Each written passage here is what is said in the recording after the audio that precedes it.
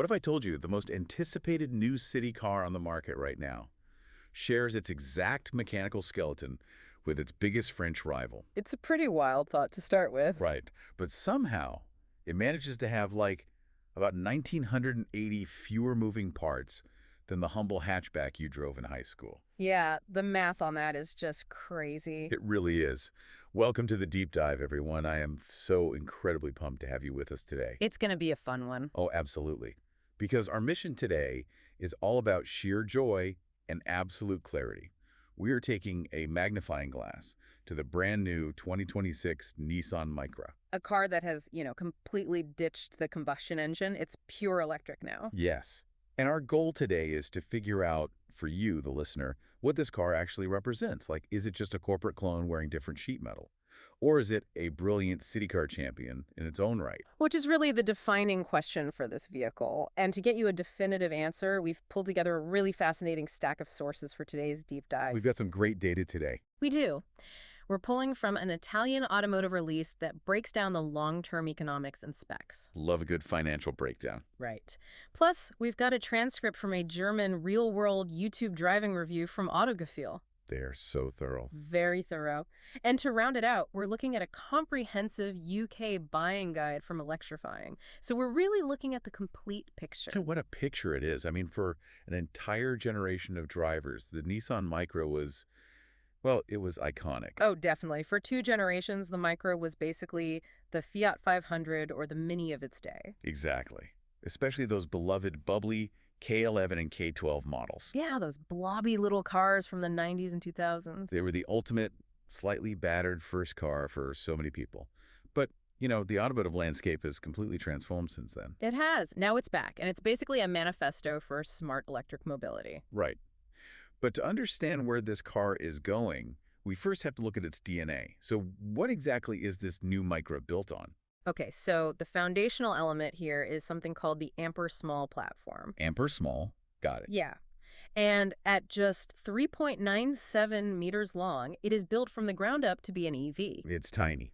It is a true city car, but here is the elephant in the room that we have to address. Oh, right. The French connection. Exactly.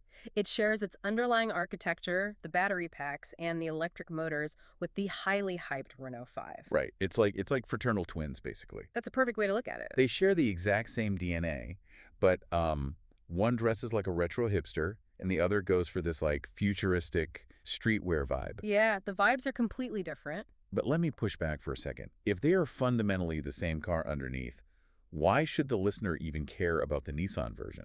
Well, because the design and the user experience are completely distinct. Our sources really highlight these visual differences. Okay, lay them out for me. So instead of going super retro like the Renault, the Nissan opts for a very friendly, round face. Right, it looks happy. It does. It has these sharp, split daytime running lights and a lot of black contrast in the lower part of the body. And on the higher trims, a black B-pillar. Oh, nice. But we have to talk about the quirks, because the UK source brought up this thing called the welcome wink. Oh, yes, the welcome wing. I honestly love this. So when you unlock the car, the headlights do this pulsing sequence from left to right. Like it's literally winking at you. Yeah.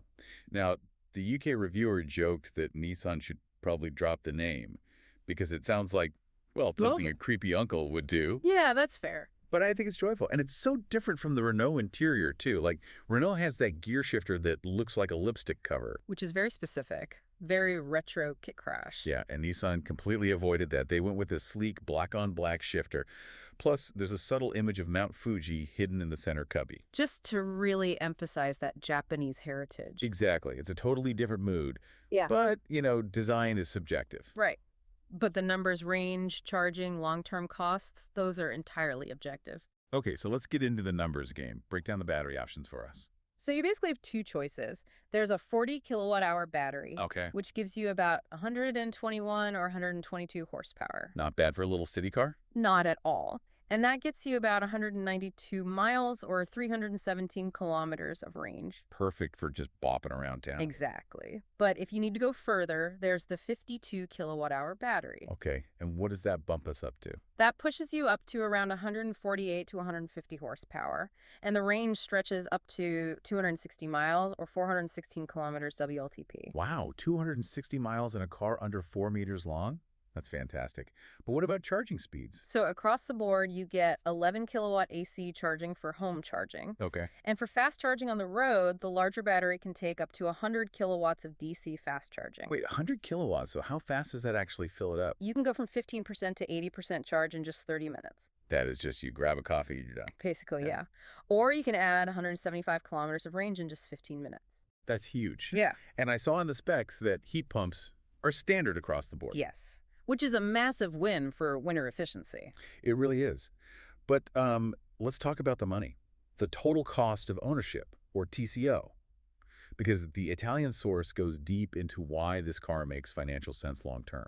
The math is really compelling here. Yeah, I like to think of it like this. Going from a gas car to this EV is basically like swapping a complex mechanical grandfather clock for a digital smartwatch. That is a great analogy. Right, because the Italian source points out this insane stat. A combustion engine has over 2,000 moving parts, 2,000. and an electric motor has about 20. Just 20 moving parts. And that difference, that is where the financial breakdown really starts to shine for the listener. So what are we actually saving? Well, you're looking at saving over 1,100 euros a year on fuel alone compared to a petrol Micra. Wow, over $1,000 a year. Yeah. And because you don't have those 2,000 moving parts, you see a 60 to 70% reduction in routine maintenance costs. No oil changes, no spark plugs. Exactly. Plus, the brake pads last up to 3 times longer. 3 times. That's incredible. And Nissan is backing it up with an 8-year or 160,000-kilometer battery warranty, plus their Nissan More program for extended peace of mind. Okay, so the math makes perfect sense. The wallet is happy. Very happy. But, you know, a car isn't a spreadsheet. You actually have to drive the thing. Yeah. So what does it feel like when you take it out onto the road? Well, according to the German and UK real-world reviews, in the city, the experience is phenomenal. They called it a go-kart, didn't they? They did. It Right. has this really quick steering, and the turning circle is literally perfect for sneaking through tight Rotterdam traffic. That's exactly what you want in a city car. But what about one-pedal driving? Did they talk about that? They did. Nissan has the e-pedal feature, which gives you true one-pedal driving. So you can come to a complete stop without touching the brakes. Exactly. But, and this is a big, but the German test drive revealed a crucial kind of annoying quirk. Oh. You have to manually activate the one-pedal mode every single time you start the car. Wait, really? It doesn't just remember your setting? Nope. Every time you get in, you have to press the button. Ugh. This is like a miss. Yeah. I mean, if I like one-pedal driving, I want it on all the time. Yeah. But, okay, let me push back on something else. Sure.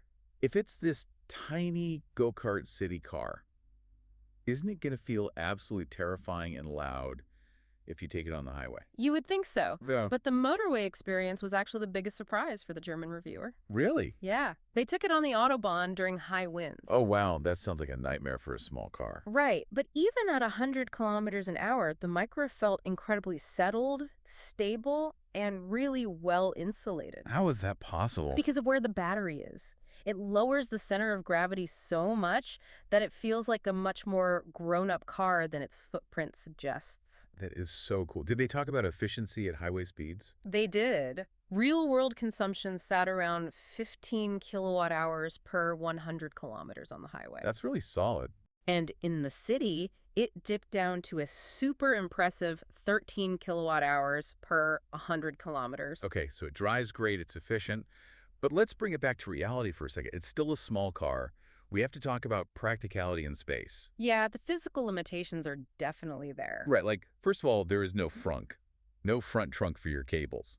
Which is a bummer, but pretty common in this class. True. Now, the boot is actually pretty solid. It's around 330 liters, or about 326 liters in the UK spec. That's plenty for groceries or a weekend bag. But the back seat, Yeah. if you have tall passengers, the rear legroom and headroom are incredibly tight. You wouldn't want to be back there for a road trip. Definitely not. Yeah. But up front, the interior does have some really great touches. The steering wheel is animal-free material, which is nice. Very modern. And thank goodness it has a physical climate control setup with these really satisfying clicking sounds when you turn the dials. Physical buttons are making a comeback, and it is the best news. I know. I hate digging through touchscreens to change the air conditioning. Though, both the German and UK reviewers did note one annoyance with the controls. Stocks. Yes, there are just way too many stalks clustered on the right side of the steering wheel. It's like wipers, media, gear selector, all fighting for the same space. Yeah, you might accidentally put it in neutral when you're just trying to skip a song. Definitely something you have to get used to, but honestly, the Micra does almost everything else right. It really does. Which brings us to the ultimate question for you, the listener. If you're in the market for an electric city car, do you buy this or you buy its twin, the Renault 5? It's the multi-thousand-euro question. It really is. And the UK reviewer from Electrifying brought up a very specific perspective. They wondered if the Micra will just forever live in the Renault 5's shadow. Because it doesn't have that aggressive retro nostalgia. Exactly. It lacks that raw, nostalgic character that the internet is kind of obsessed with right now. And that's fair, but this is where the pricing strategy completely changes the conversation. Okay, let's talk money. So at the entry level, the base Micra starts around 25,000 euros, or roughly 22,995 pounds in the UK. Okay, which is slightly more expensive than the entry Renault 5, right? Right.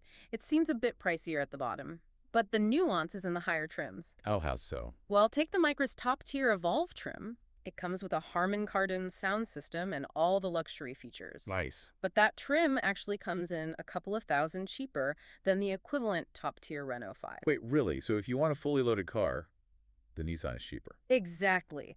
And even the mid-spec advanced trim on the Micra offers better standard equipment. You get adaptive cruise control and a larger digital driver readout completely standard. Whereas Renault makes you pay extra for that. Right. So the value proposition shifts entirely depending on what trim you want. That is a huge factor. Okay. And there's also a massive tech advantage for the Nissan. The Micra has Google integration built natively into the 10.1-inch screen. That native Google Maps is a game changer for EV routing. Absolutely. You don't just have Apple CarPlay. The car basically acts like your phone. Mm-hmm. But the really incredibly cool tech feature is the V2L capability. Vehicle to load. This is huge. I love this feature. For anyone who hasn't heard of it, V2L allows you to power external gadgets right from the car's charging port. You basically have a giant battery on wheels. Yeah. You could plug in your laptop or, run an espresso machine while you're camping. Which is such a cool party trick. So, to synthesize all these viewpoints into a final pitch for the listener, Let's hear it. if you don't absolutely love the heavy retro styling of the Renault 5, Or if you just prefer a more modern Japanese tech aesthetic. exactly. Or if you really want that native Google interface and you want the better value in those mid to high pricing tiers, the Micra is just a phenomenal, highly efficient, really fun to drive option. It's an incredible package. But, looking at how this car was built leaves us with a much broader concept to think about. Yeah, a really provocative thought to leave the listener with. We go for it. As more and more automakers start sharing these underlying skateboard platforms like the AmpR Small, just to keep EVs affordable. Right, to cut costs. Are we entering an era where buying a car is less about the engine and the mechanics and much more about just choosing your favorite software interface and sheet metal design? Wow. Does the badge on the front even matter anymore? Or is it really just about picking the vibe that suits you best? That is such a fascinating question. Is it a car or is it a phone on wheels wearing a different case? Exactly. I love that.